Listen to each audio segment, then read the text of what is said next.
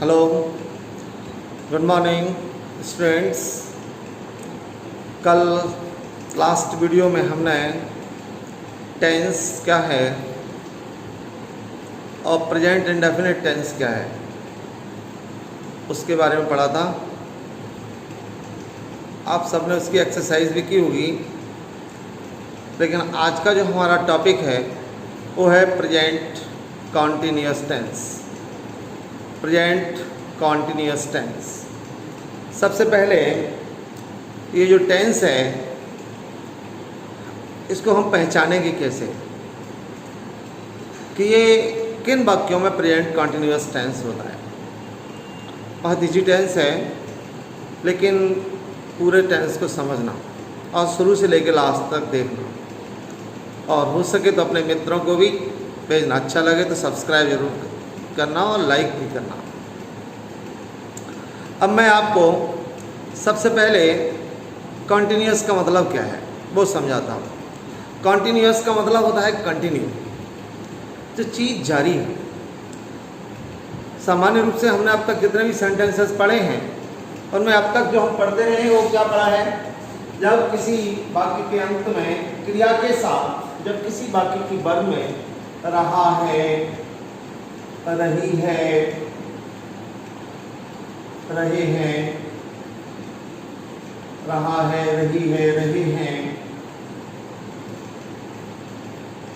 शब्द आते हैं।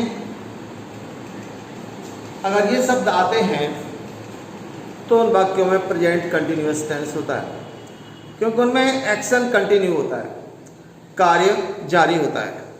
और जब भी एक्शन कंटिन्यू है, काम हमारा जारी है, तो फिर उन वाक्यों में प्रेजेंट कॉन्टिन्यूअस टेंस है। वर्तमान समय में अगर वर्तमान में कोई कार्य जारी है तो फिर वो प्रेजेंट कंटिन्यूअस टेंस होगा।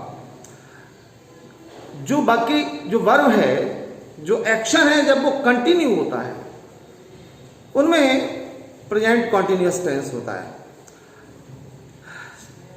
रहा है, रही है, रहे हैं, ये शब्द तो आते ही हैं, लेकिन ऐसे भी वाक्य होते हैं जिनमें ये शब्द नहीं आते।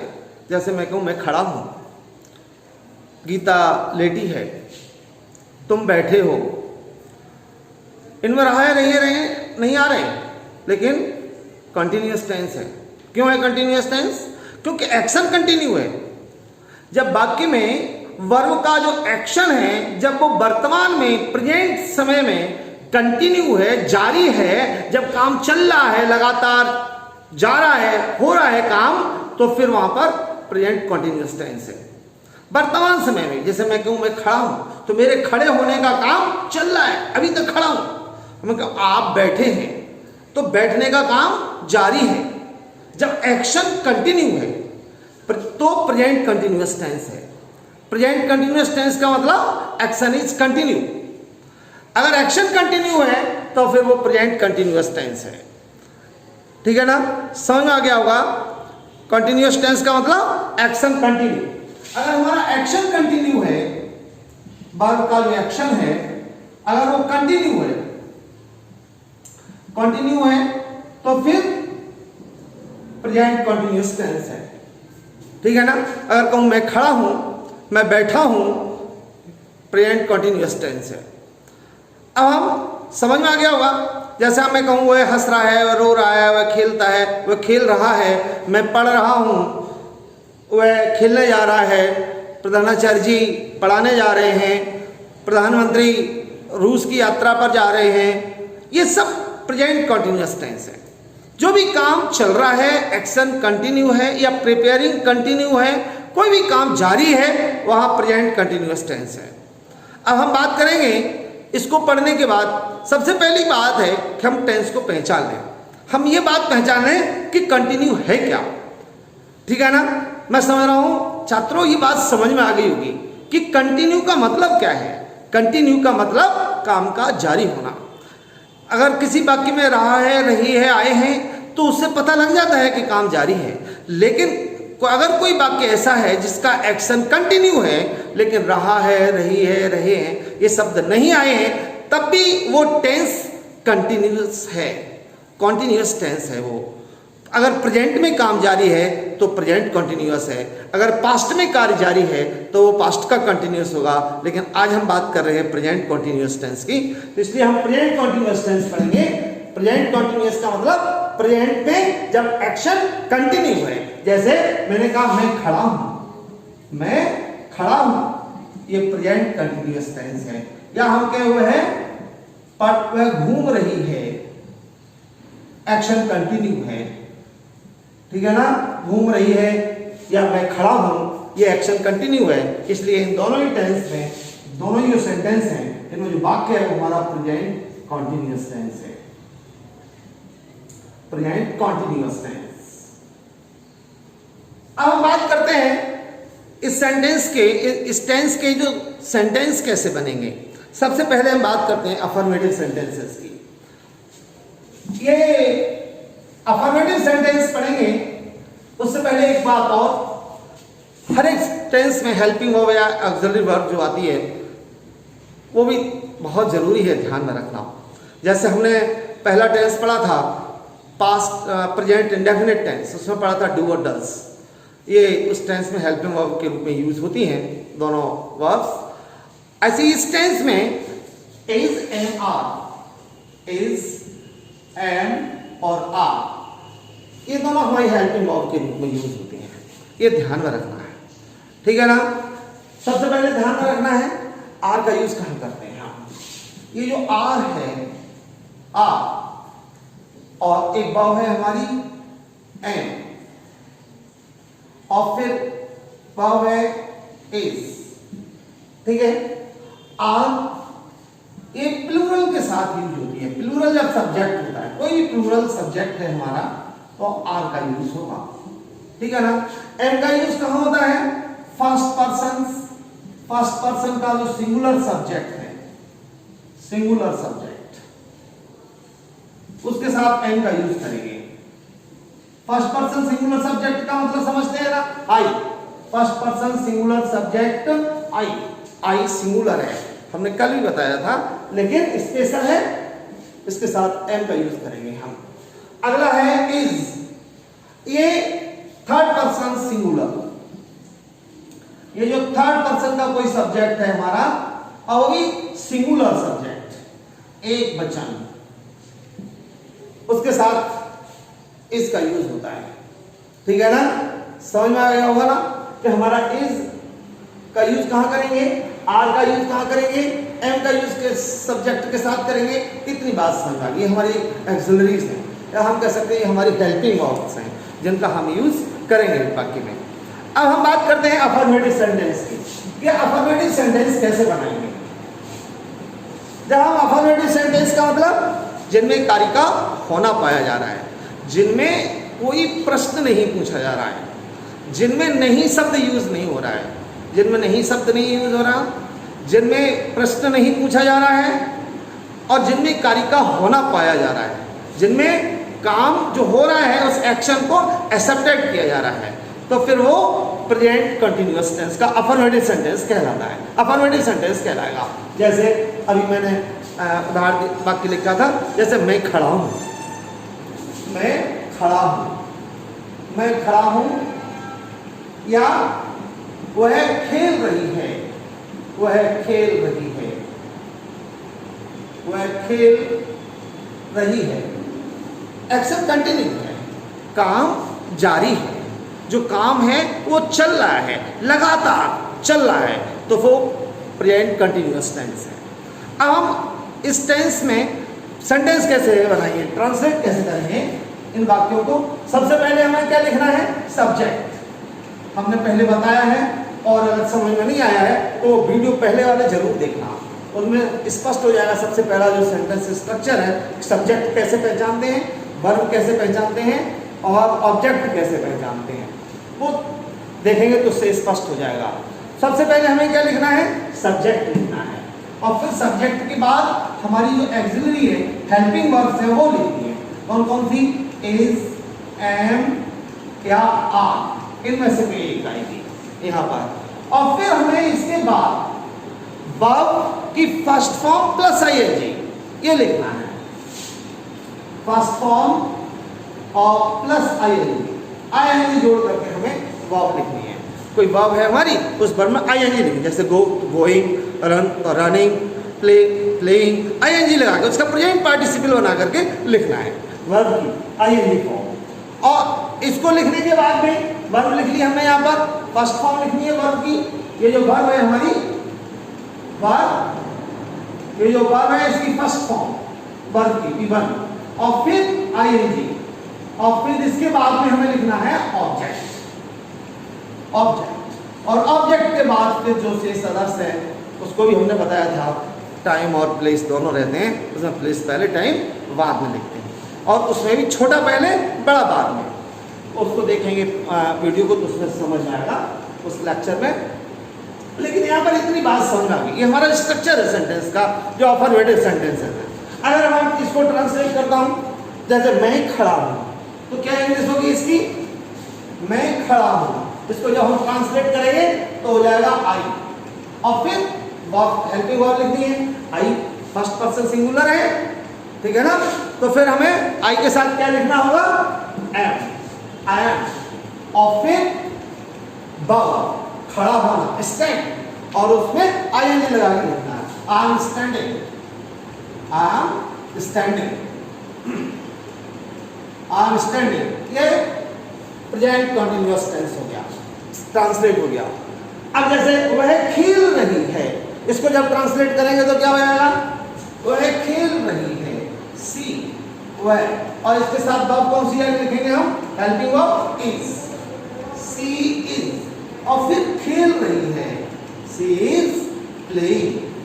समझ में आ गया होगा बच्चों, समझ में आ रहा है ना। या हम कहें वह हंस रहा है, क्या कहेंगे हम, ही इज लाफिंग। मैं बैठा हूं, क्या होगा,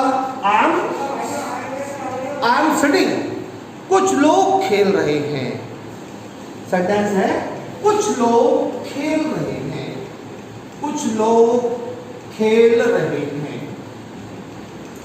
खेल रहे हैं। कैसे ट्रांसलेट करेंगे, कुछ लोग खेल रहे हैं, some people, some people are playing, some people are playing, कुछ लोग खेल रहे हैं।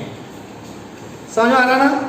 यहां पर क्या हो गया, ट्रांसलेट कैसे किया, ये समझ में आ गया। जब एक्शन कंटिन्यू है तो प्रेजेंट कंटिन्यूअस टेंस में इस तरह से हम ट्रांसलेट करेंगे।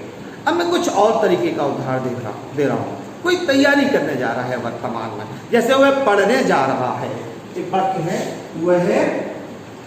वह पढ़ने जा रहा है, पढ़ने जा रहा है। अब इसमें क्या है, जा रहा है, वर्ब आ गई, और ये पढ़ने, ये वर्ब आ रहा है, इंफिनिटिव है, तो हम इसको क्या करेंगे, बाद में लिखेंगे। पहले वह पढ़ने जा रहा है, ट्रांसलेट करेंगे तो क्या हो जाएगा, he is going, he is going. अब गोइंग के बाद पढ़ने, to play, he is going to play. कोई काम तैयारी करने जा रहा है वर्तमान में, अभी जो मैं करने जा रहा हूं, तो उसके लिए जो एक्शन जा रहा हूं, जो कंटिन्यू है, उसके लिए ही इज गोइंग, और फिर जो करने वाला हूं, जो उद्देश्य से हमारा पर्पज, टू प्ले, उसको हम बाद में लिख देंगे, ठीक है ना। जैसे मैं खेलने जा रहा हूं, I am going to play.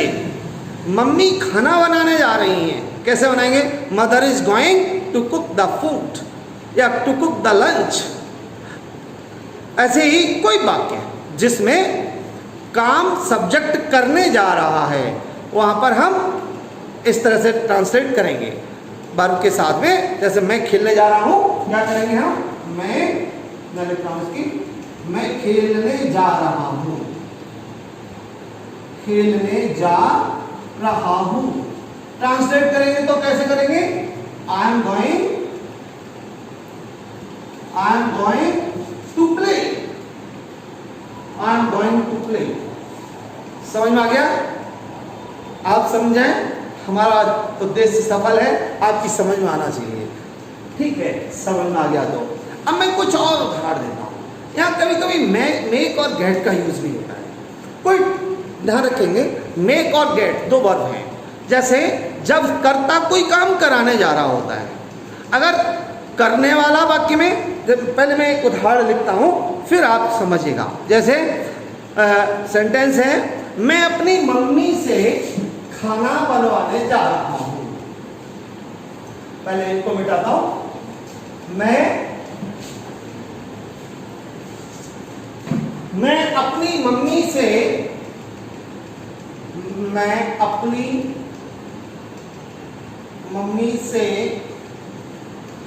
खाना बनवाने जा रहा हूं।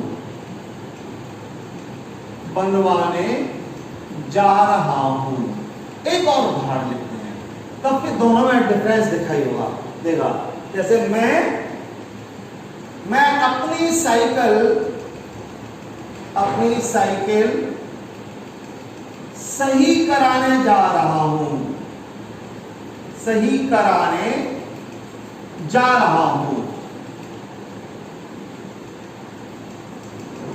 ये भी ट्रांसलेशन है इस टेंस में। अब कैसे बनाएंगे हम?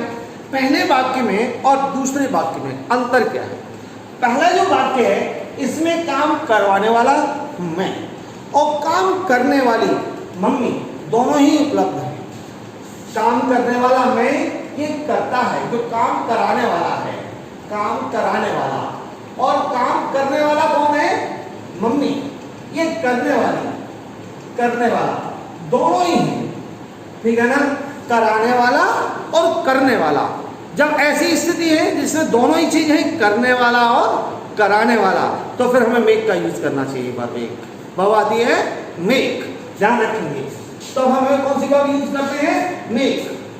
और जिन सेंटेंसेस में काम को केवल कराने वाला है और करने वाला नहीं है, जैसे ये सेंटेंस है, मैं अपनी साइकिल सही कराने जा रहा हूं।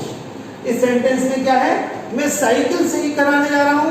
साइकिल सही कौन करेगा? इसका इसमें वर्णन नहीं है, तो फिर हम इस सेंटेंस में केवल कराने वाला है, केवल कराने वाला, काम को जो कराने वाला है वो है, करने वाला नहीं है, तो फिर हमें गेट का यूज करना चाहिए।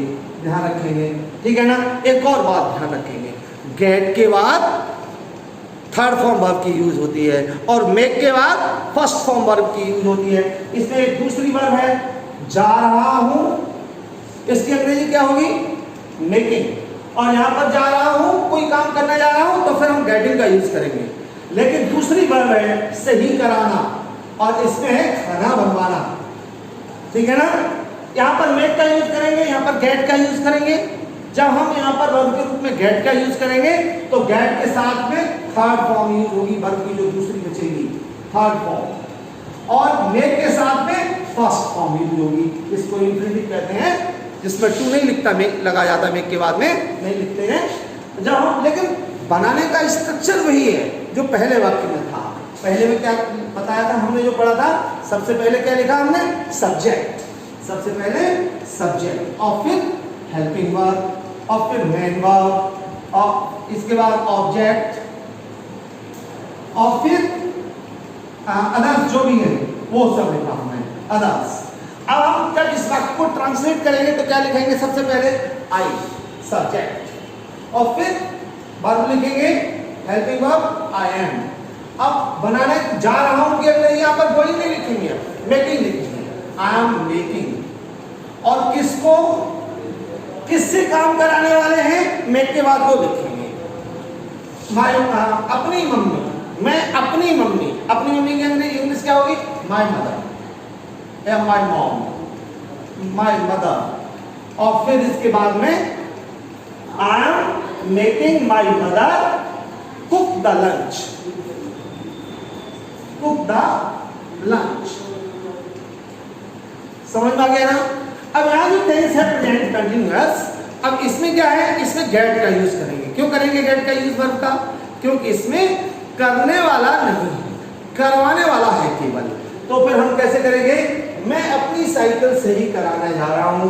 सब्जेक्ट सबसे पहले क्या है? आई, ठीक है ना? और फिर हेल्पिंग वर्ब लिखेंगे। हेल्पिंग वर्ब क्या है? आई के साथ एम, और फिर verb getting, I am getting. अब क्या सही कराने वाले हैं हम? साइकिल, ठीक है ना? तो साइकिल की स्पेलिंग, साइकिल की अंग्रेजी लिख देंगे हम। साइकिल क्या है? Bicycle. I am getting my, अपनी I am getting my bicycle, BICYCL, I am getting my bicycle। अब सही कराना, इसकी थर्ड फॉर्म लिखेंगे, ये ध्यान रखेंगे। कौन सी फॉर्म लिखेंगे? Third, past participle. और वो क्या हो जाएगा हमारा? Repaired, PAIR। I am getting my bicycle repaired. मैं अपनी साइकिल को सही कराने जा रहा हूँ, ठीक है ना। मैं अपने घर को पुतवाने जा रहा हूँ। आई am getting my house white washed. जब भी हमारे पास काम को करने वाला नहीं है और हम किसी काम को कराने जा रहे हैं तो फिर हमें वर्ब गेट का यूज़ करना है।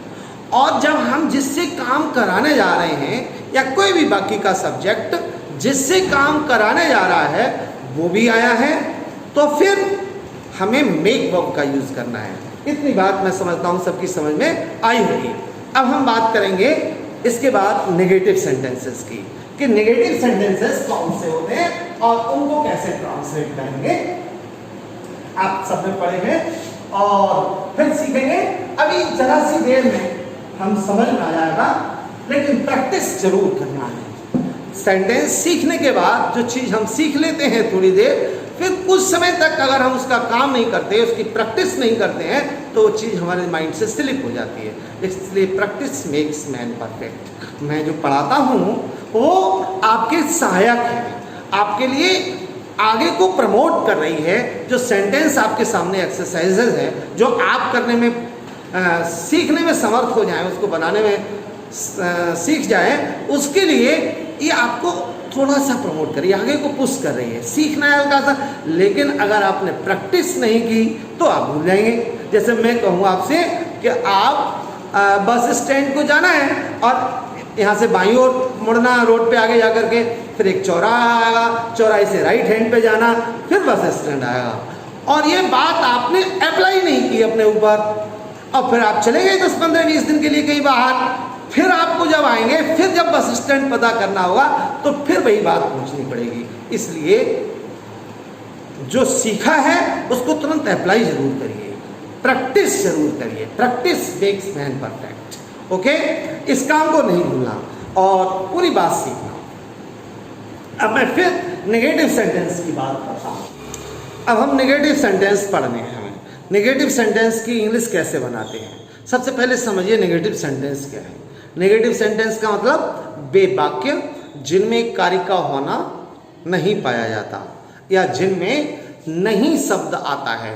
जैसे वे नहीं खेल रहे हैं, वह नहीं टहल रहा है, शीला नहीं हंस रही है, मैं नहीं पढ़ा रहा हूँ हालांकि मैं नहीं पढ़ा रहा हूँ। तो ये सारे सेंटेंस क्या कहलाते हैं? हमारे नेगेटिव सेंटेंस कहलाएंगे, जिनमें नहीं शब्द हो रहा, कार्य का होना नहीं पाया जा रहा है, वो सारे नेगेटिव सेंटेंसेस हैं। अब इनको जैसे मैं एक उदाहरण लिखता हूं, वे अपना समय नष्ट नहीं कर रहे हैं। वे अपना समय नष्ट नहीं कर रहे हैं, नष्ट नहीं कर रहे हैं। अब हमें जब इस वाक्य की को ट्रांसलेट करना है तो सबसे पहले हमें इसका स्ट्रक्चर लिखना है। सबसे पहले क्या लिखना है? हमें सब्जेक्ट और फिर इसके बाद में हमें लिखनी है हेल्पिंग वर्ब। और हेल्पिंग वर्ब में कौन सी थी हमारी इस टेंस में जो यूज होती है? Is and are.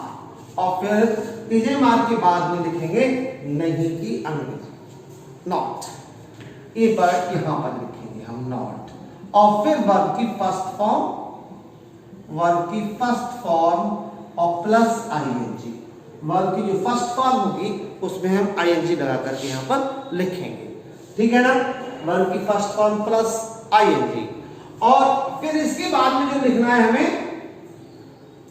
वो है ऑब्जेक्ट और फिर अदर्स जो भी है। इस तरह से हम इसको ट्रांसलेट करेंगे। जैसे वाक्य वे अपना समय नष्ट नहीं कर रहे हैं, क्या इंग्लिश बनाएंगे? सबसे पहले वे की अंग्रेजी क्या होगी? दे। और फिर they are not wasting. Waste क्रिया है समय नष्ट करने के लिए, आईएनजी लगा दिया। They are not wasting. और फिर अपना समय की they are not wasting their time. एक कभी कभी बहुत बड़ी प्रॉब्लम हो जाती है स्टूडेंट्स को कि अपना की इंग्लिश कैसे लिखें। अपना जो शब्द आ जाता है तो फिर अंग्रेजी में गड़बड़ हो जाता है, कुछ स्टूडेंट्स को प्रॉब्लम आ जाती है। मैं उसको और सही करता हूँ, अभी समझाता हूँ कैसे लिखते हैं। इसको पहले मिटाते हुए मैं लिखता हूँ। ये इंग्लिश समझ में आ गई होगी ना। इसको मैं लिखता हूँ, मिटाता हूँ, फिर एक और पहले अपना की अंग्रेजी लिखता हूँ। जैसे अपना की जो अंग्रेजी होती है, जैसे मैं कहूँ मैं अपने घर जा रहा हूँ या शीला अपने घर जा रही है, इन दोनों वाक्यों में अपना की इंग्लिश अलग है। ये according to the subject, subject के हिसाब से उसका पॉजिटिव केस बनता है। जैसे मैं कहूँ करता, अगर हमारा सब्जेक्ट जो है उसके हिसाब से होगी, और ये अपना की अंग्रेजी जिसको हम पॉजिटिव केस कहते हैं, पॉजिटिव केस।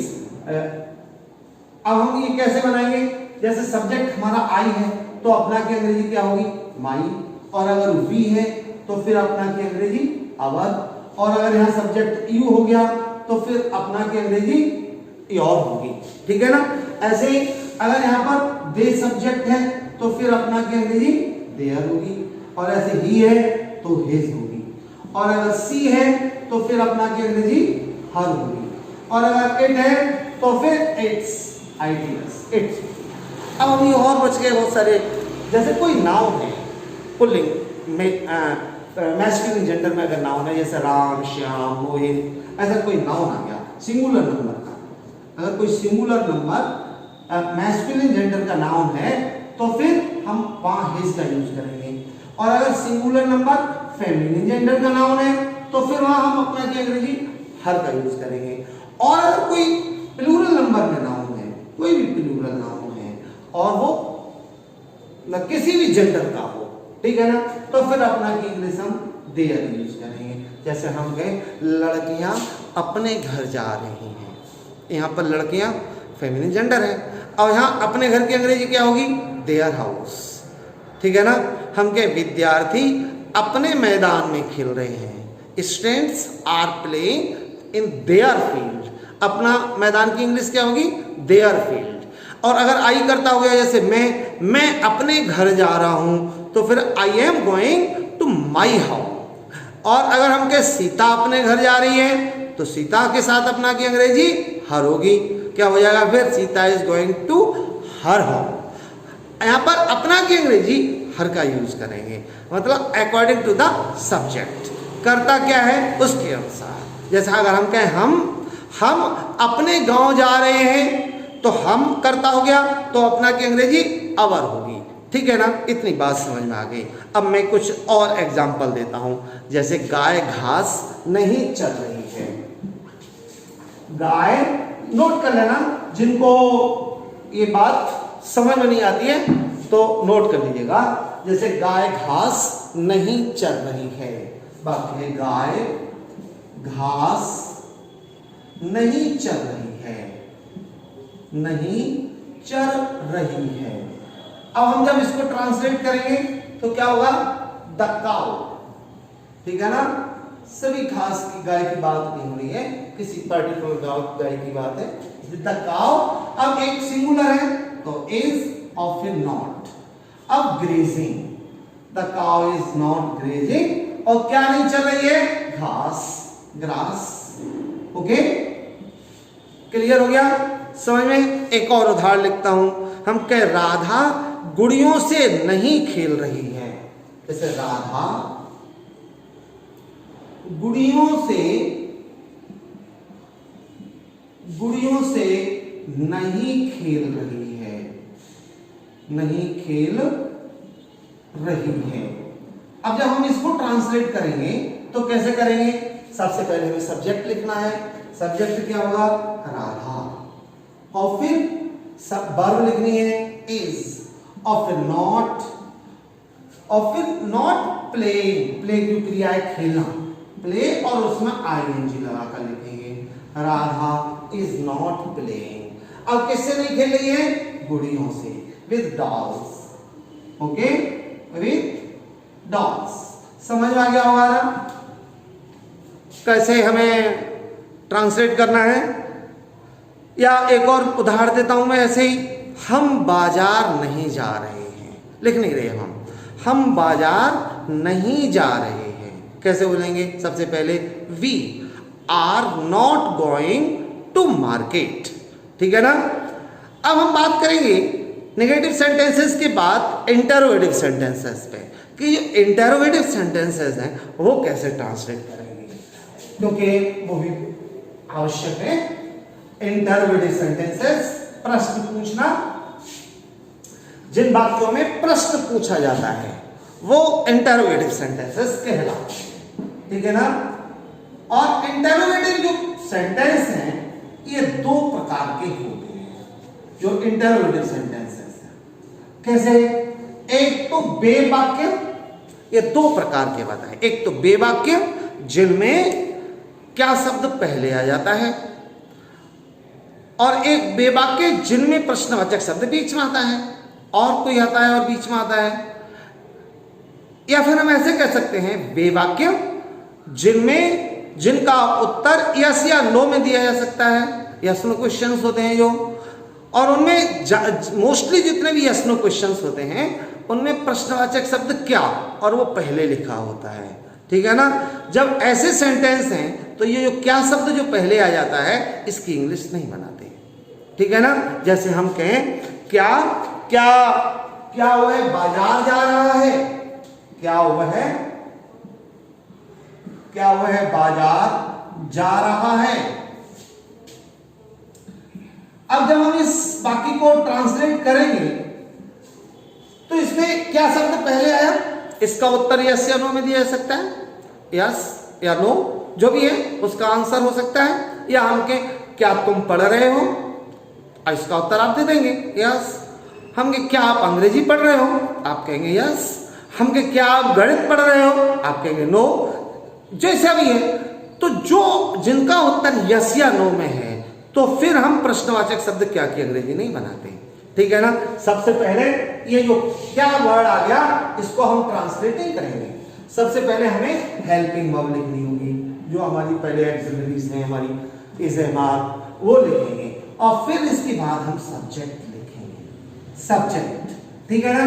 और सब्जेक्ट के बाद में फिर हमें मेन वर्ब और प्लस कोई आईएनजी, मेन वर्ब की फर्स्ट फॉर्म लिखेंगे ये और प्लस आईएनजी लगा करके, और फिर ऑब्जेक्ट और अदर्स जो भी हैं स्थान वगैरह। जैसे अब के वाक्य क्या हुआ है, बाजार जा रहा है, तो हम ट्रांसलेट करेंगे तो क्या हो जाएगा, सबसे पहले हेल्पिंग वर्ब क्या लिखेंगे, वह के अनुसार इज ही, और फिर going, is he going to market. समझ में आया होगा आपके। मैं एक और वाक्य लिखता हूं, जैसे मैं एक उदाहरण देता हूं, क्या शब्द पहले आता है तो कब अंग्रेजी नहीं बनाएंगे और कब बनाएंगे। जैसे हम कहें क्या वह पढ़ रहा है, क्या वह पढ़ रहा है। अब हम इसको जब ट्रांसलेट करेंगे तो क्या हो जाएगा, इसमें क्या शब्द पहले आया इसका उत्तर यस या नो में दिया जा सकता है। और अगर हम ऐसे कहें हम वह क्या पढ़ रहा है, वह क्या पढ़ रहा है। अब इसका उत्तर, इसका जो आंसर है वो यस या नो में नहीं दिया जा सकता। अब जब हम यहाँ पूछ रहे हैं क्या पढ़ रहा है, तो यहाँ पर इसका मतलब हम क्वेश्चन पूछ रहे हैं उससे कि क्या पढ़ रहा है, गणित पढ़ रहा है, मैथ पढ़ रहा है, इंग्लिश पढ़ रहा है, क्या पढ़ रहा है वो बताएगा। यहाँ पर यस या नो कहकर के आंसर नहीं होगा पूरा। तो जब हम जहाँ यस या नो कह के आंसर पूरा हो जाएगा, जैसे पहला शब्द था हमारा क्या, तो फिर जब हम इसकी इंग्लिश बनाएंगे तो इसमें क्या की अंग्रेजी नहीं लिखेंगे और इसमें पहले लिखेंगे। अगर बीच में आया है या और कहीं कोई दूसरा प्रश्नवाचक शब्द आया है तो फिर हम उसकी इंग्लिश सबसे पहले लिखेंगे और फिर ये जो स्ट्रक्चर है उसके हिसाब से लिखेंगे हम। जब हम इसकी इंग्लिश बनाएंगे तो क्या हो जाएगा, इज, ठीक है ना। अब हुआ है तो इज ही रीडिंग, इज की इंग्लिश हो गई, ठीक है। और जब हम इसकी इंग्लिश बनाएंगे तो क्या हो जाएगा, व्हाट, पहले व्हाट लिखेंगे और फिर वर्ब लिखेंगे, व्हाट इज ही रीडिंग, ठीक है ना। समझ में आया होगा कब कैसे लिखेंगे कैसे नहीं। अब मैं कुछ और वाक्य लिखता हूं, उदाहरण देता हूं, जैसे तुम वहां क्यों जा रहे हो, तुम वहां क्यों जा रहे हो।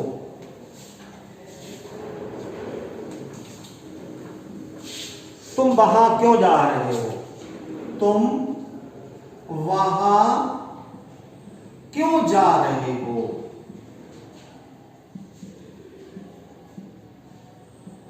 तुम वहां क्यों जा रहे हो, ठीक है ना।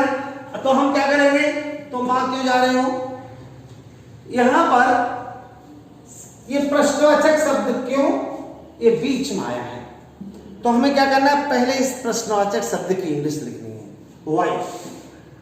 अब फिर जो पहले हमने अभी स्ट्रक्चर बताया उसके अनुसार इंग्लिश लिखनी है। जो अभी क्या स्ट्रक्चर था, फिर पहले हेल्पिंग वर्ब और फिर सब्जेक्ट, ठीक है ना, और फिर सब्जेक्ट के बाद मेन वर्ब लिखा और फिर ऑब्जेक्ट लिखा। एक और बात ध्यान रखेंगे, अगर कहीं नॉट शब्द नहीं शब्द आया है तो उसकी अंग्रेजी भी यहीं पर लिखते हैं हम, सब्जेक्ट के बाद, ठीक है ना, वो यहां लिखेंगे हम। और अगर ये प्रश्नवाचक शब्द क्या बीच में आ गया तो हमें क्या करना है, इस क्या की अंग्रेजी सबसे पहले लिखनी है, वो क्या होगी, वाई, ठीक है ना, वाई पहले लिख लिया, वाई। अब हमें क्या करना है, सब हेल्पिंग वर्ब इसके अनुसार, तुम सब्जेक्ट है तो आर, वाई आर, और फिर सब्जेक्ट लिख लिया, यू। अब वर्ब की थर्ड फॉर्म, वर्ब की फर्स्ट फॉर्म आईएनजी लगा करके लिखना है, ये जो मेन वर्ब है इसमें आईएनजी लगा करके लिखेंगे हम, क्या हो जाएगा, व्हाई आर यू गोइंग, ठीक है, व्हाई आर यू गोइंग। अब बाहर की English, there, why are you going there, ठीक है, समझ में आ गया। अब जैसे एक और उदाहरण दे रहे हैं हम, सीता किसकी पुस्तक पढ़ रही है, सीता किसकी पुस्तक पढ़ रही है, किसकी पुस्तक पढ़ रही है। अब यहां पर किसकी पुस्तक, अब यहां पर किसकी अधिकार प्रकट करने वाला शब्द है, इस प्रश्नवाचक शब्द की अंग्रेजी क्या होती है, हुज बुक। और अगर ये शब्द आ जाए कौन सी पुस्तक, तो फिर हम इंग्लिश क्या होगी उसकी, विच बुक। अगर पुस्तक में से चुनाव पूछा जाए, यहां पुस्तक पे अधिकार पूछा जा रहा है, ठीक है ना, किसकी है, तो फिर हम किसकी पुस्तक पढ़ रहे हैं, तो हम क्या कर देंगे यहां पर, किसकी पुस्तक के लिए हुज बुक, प्रश्नवाचक शब्द हो गया, इसको सबसे पहले हुज बुक। यहां पर कभी कभी विद्यार्थी एक गलती करते हैं, वो क्या करते हैं, केवल किसकी शब्द है इसको ही प्रश्नवाचक शब्द समझ बैठते हैं, लेकिन ध्यान रखेंगे इनके बाद जो शब्द आया है, कुछ शब्द होते हैं ना, जैसे हमके कौन सी पुस्तक या हमके कितने लड़के, तो कितने लड़के पूरा प्रश्नवाचक शब्द है, या हमके कितने कितना दूध, या हमके कितने आम, ये सब प्रश्नवाचक शब्द पूरा है, प्रश्नवाचक शब्द और उसके बाद जो नाउन आ रहा है वो, ये दोनों ही शब्द मिलाकर के प्रश्नवाचक शब्द बनेगा। तो इन दोनों को मिलाकर के जोड़ करके लिखना है आगे, जैसे यहाँ पर आ गया हुज बुक। अब हमें हेल्पिंग वर्ब लिखनी है, is of is Sita, whose book is Sita reading, ठीक है, समझ में आया होगा। अब क्वेश्चन मार्क। अब एक और उदाहरण लिखता हूं, खेत में कितने मजदूर काम कर रहे हैं, ठीक है ना, खेत में कितने मजदूर काम कर रहे हैं, खेत में कितने मजदूर काम कर रहे हैं।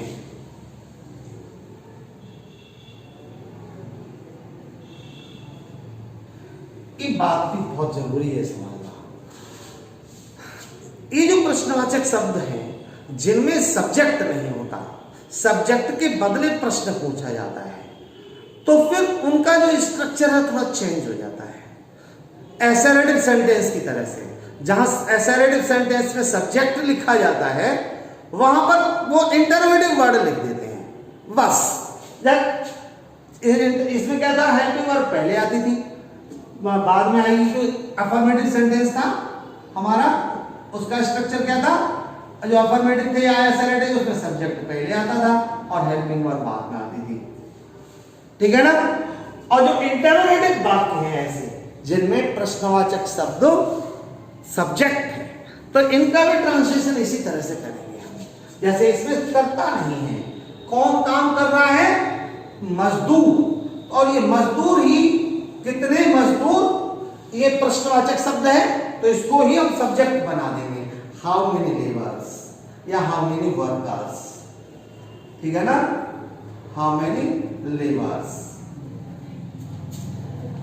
How many labours.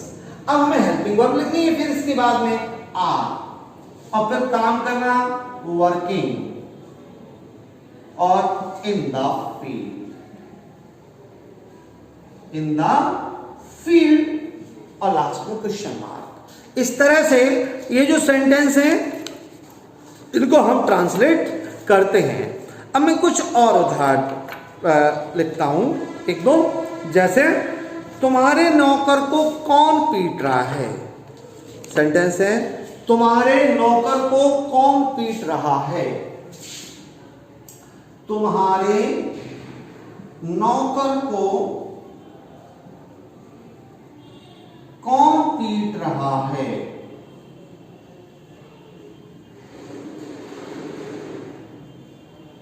और जब हम इसको ट्रांसलेट करेंगे इसमें भी सब्जेक्ट कौन है, हु, तो हम इसको पहले लिख लेंगे, कौन की अंग्रेजी हु, इसको पहले who is beating, who is beating.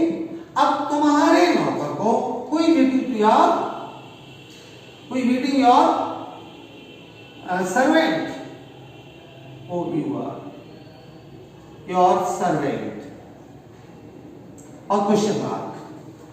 समझ आ गया, सबकी समझ में आ रहा है ना।